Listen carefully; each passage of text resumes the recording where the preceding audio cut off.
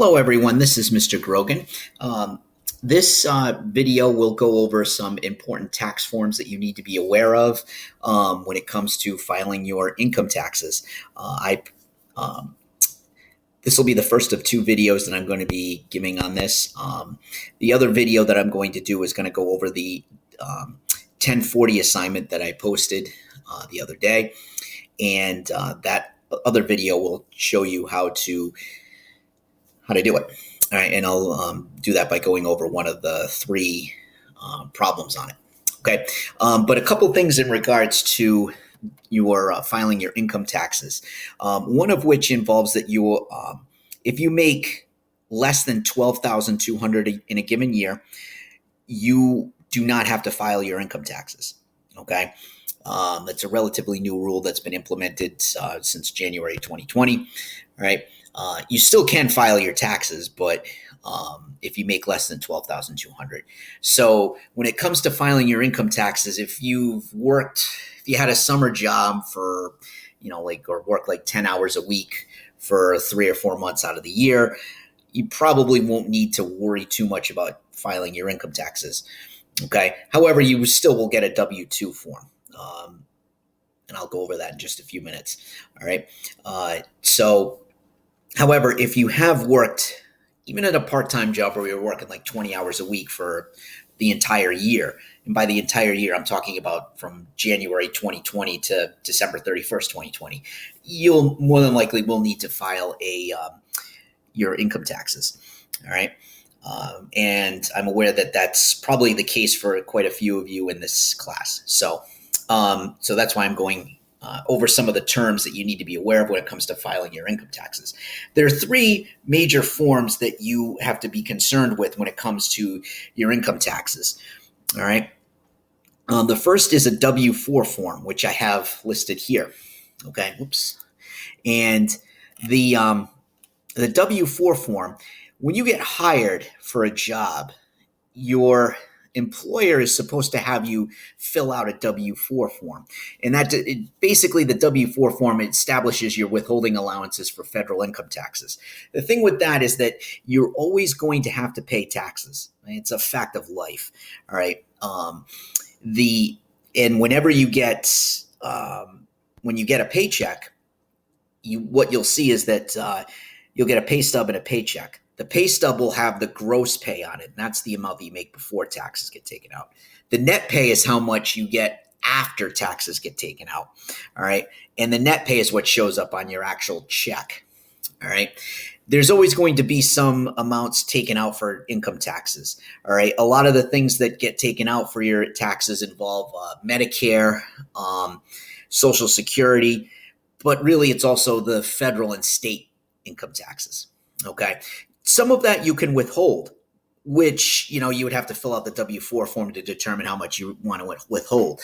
However, I would not recommend that you withhold a lot of taxes, meaning that, it provides a short-term benefit for you in this. If you withhold a lot in taxes, you'll get a short-term benefit in that you'll have more money in your paycheck.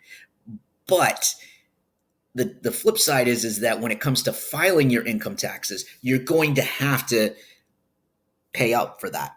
All right. And at that point, you may end up owing the government a lot of money. Okay. And it can throw your budget out of whack in the sense that, if you once you get a paycheck, you rely on that paycheck coming in once a week or once every 2 weeks to help pay your bills. Well, if you withhold a lot in taxes, yeah, you may have more money in the short term, but you're going to have to give some of that money back to the government when it comes to filing your taxes. And if you end up owing the government money, could throw your budget out of whack. All right. So if you overestimate on your withholdings, you'll definitely get a refund. All right. And a refund is a nice thing because once you file your income taxes, usually about 6 to 8 weeks after you file your income taxes, you can, if you withhold, if you overestimate on the withholding, you'll get a refund back from the government. And sometimes that can be a few hundred or even a couple $1,000. All right. It's almost like getting, an extra paycheck or two. All right. So And I'll explain that too. All right. So what ends up happening with the W-4 is that you fill that out to when you first get hired to determine like how much you want to withhold in your taxes. Employers are supposed to do it. Not all of them do. All right. But you can request it at the very least. Okay. All right. But if you're not, if you really just want to if you want to make sure that you have enough, that you'll get a tax refund when you file your income taxes, there's like a default setting for it. So, but the W-4, that's something that most employers will have you fill out when you get hired. Okay. The next one is a W-2 form. Okay. Now, this is something that you will get from your employer at the end of January and the beginning of February. Okay. The W-2 form reflects all taxable wages you received during the calendar year and all taxes that are withheld from those wages. Okay. It's kind of like an annual report. All right. It is a very important document. And when you get it in the mail, like I said, you'll probably get it like the last week of January, maybe the first week of February. All right. When you get it in the mail, hold on to it. Don't lose it, because it's very important. You will need that in order to, the W-2 form is a form that you will need in order to fill out your income taxes. Okay. So it'll almost look like a paycheck actually.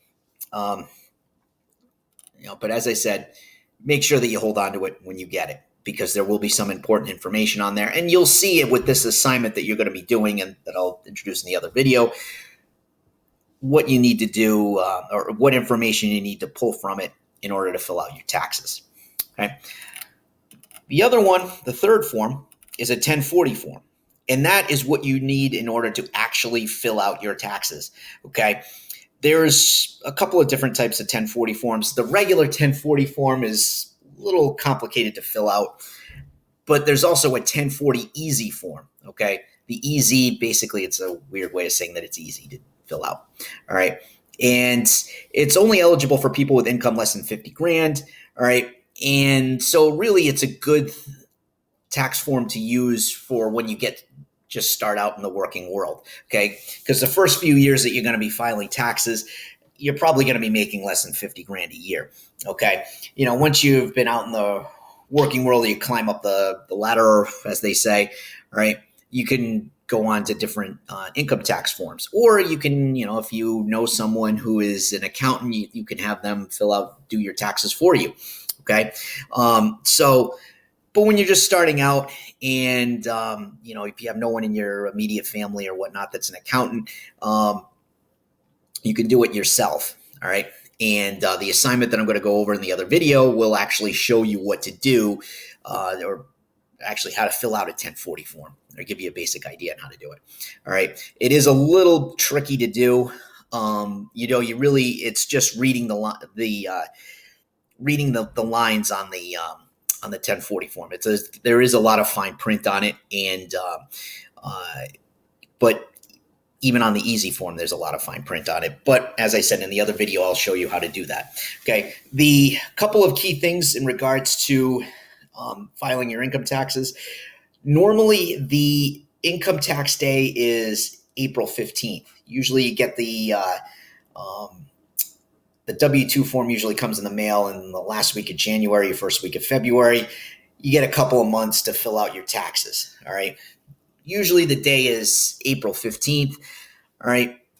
However, I'm not sure how that's going to work this year because of the COVID issue. I know that last year it was pushed back a couple of months. I don't know if they're going to do that this year. All right. There might be, there will be some changes that I'm sure that will be announced over the next month or two.